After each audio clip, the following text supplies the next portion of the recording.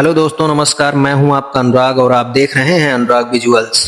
आज मैं आपको ले चलूंगा भारत के उस दक्षिण छोर पर जहां श्रद्धा और समंदर एक दूसरे के पैर धोते हैं। वो पावन धरती जो मर्यादा पुरुषोत्तम भगवान श्री राम के नाम से अमर है और जिसका नाम है रामेश्वरम। एक ऐसा धाम जहां की हवाओं में आज भी रामायण के अध्याय गूंजते हैं। लेकिन इसी पवित्र नगरी की सरहद पर समंदर के सीने को चीरता हुआ खड़ा है इंजीनियरिंग का एक ऐसा अजूबा जिसने मौत को कई बार करीब से देखा है। हम बात कर रहे हैं 100 साल से भी अधिक पुराने पंबन ब्रिज की। एक ऐसा पुल जो सिर्फ दो जमीनों को नहीं जोड़ता बल्कि आस्था, गौरव और खौफ की एक ऐसी कहानी कहता है जिसे सुनकर आपके रोंगटे भी खड़े हो जाएंगे। घटना है 22 दिसंबर सन 1964 की, एक ऐसी काली रात जिसने रामेश्वरम का पूरा भूगोल हमेशा के लिए बदल दिया था।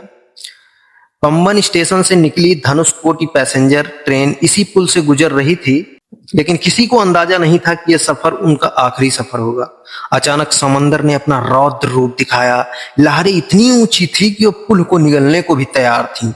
जैसे ही ट्रेन पुल के बीचों बीच पहुंची, एक 20 फीट ऊंची खौफनाक लहर उठी और पूरी की पूरी ट्रेन को किसी खिलौने की तरह पटरियों से उखाड़ कर हमेशा के लिए समंदर की गोद में सुला दिया। और अगर आप इस घटना को पूरे विस्तार से जानना चाहते हैं और इसका पूरा सच जानना चाहते हैं तो अभी कमेंट बॉक्स में ट्रेन लिखें। 100 कमेंट्स होते ही मैं इस घटना के लिए एक सेपरेट वीडियो लेकर आऊंगा जो कि आपको इसके बारे में पूरी तरह से जानकारी देगी।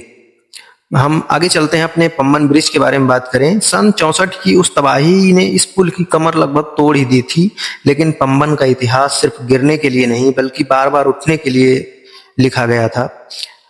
आप जानते हैं कि इस पुल का सबसे बड़ा रहस्य क्या है? ये कोई साधारण सीधा पुल नहीं है। ये समंदर के बीचों बीच किसी कैंची की तरह दो हिस्सों में बंट जाता है। इसे कहते हैं सेजर रोलिंग लिफ्ट स्पैन।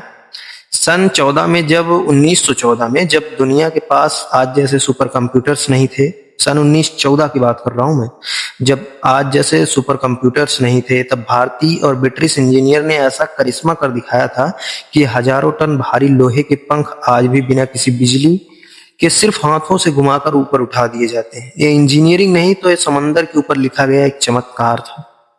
लेकिन अब वक्त आ गया है इस बूढ़े योद्धा को आराम देने का, क्योंकि पुराने पंबन की विरासत को संभालने के लिए अब खड़ा हो चुका है न्यू पंबन ब्रिज, जस्ट उसी के बगल में। ये भारत का पहला ऐसा रेलवे ब्रिज है जो किसी लिफ्ट की तरह सीधा आसमान की ओर उठ जाएगा। और इन नए भारत की वो हुंकार है जो बताती है कि हम लहरों से डरते नहीं बल्कि उन्हें चीर कर अपना रास्ता बनाते हैं।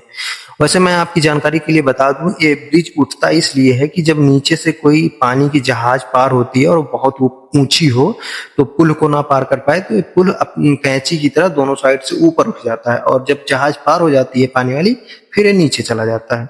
और पंबन सिर्फ एक पुल नहीं है, भगवान श्री राम की उस सेना के संकल्प का आधुनिक रूप है जिसने कभी पत्थरों से समंदर को बांधा था। आज लोहा और कंक्रीट उसी संकल्प को दोहरा रहे हैं।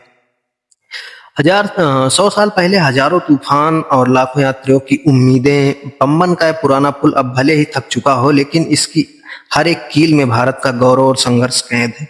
आज जब हम नए भारत के इस आधुनिक अजूबे को देखते हैं तो यकीन हो जाता है हमारी आस्था और हमारी इंजीनियरिंग जब हाथ मिलाती है तो समंदर भी रास्ता छोड़ देता है।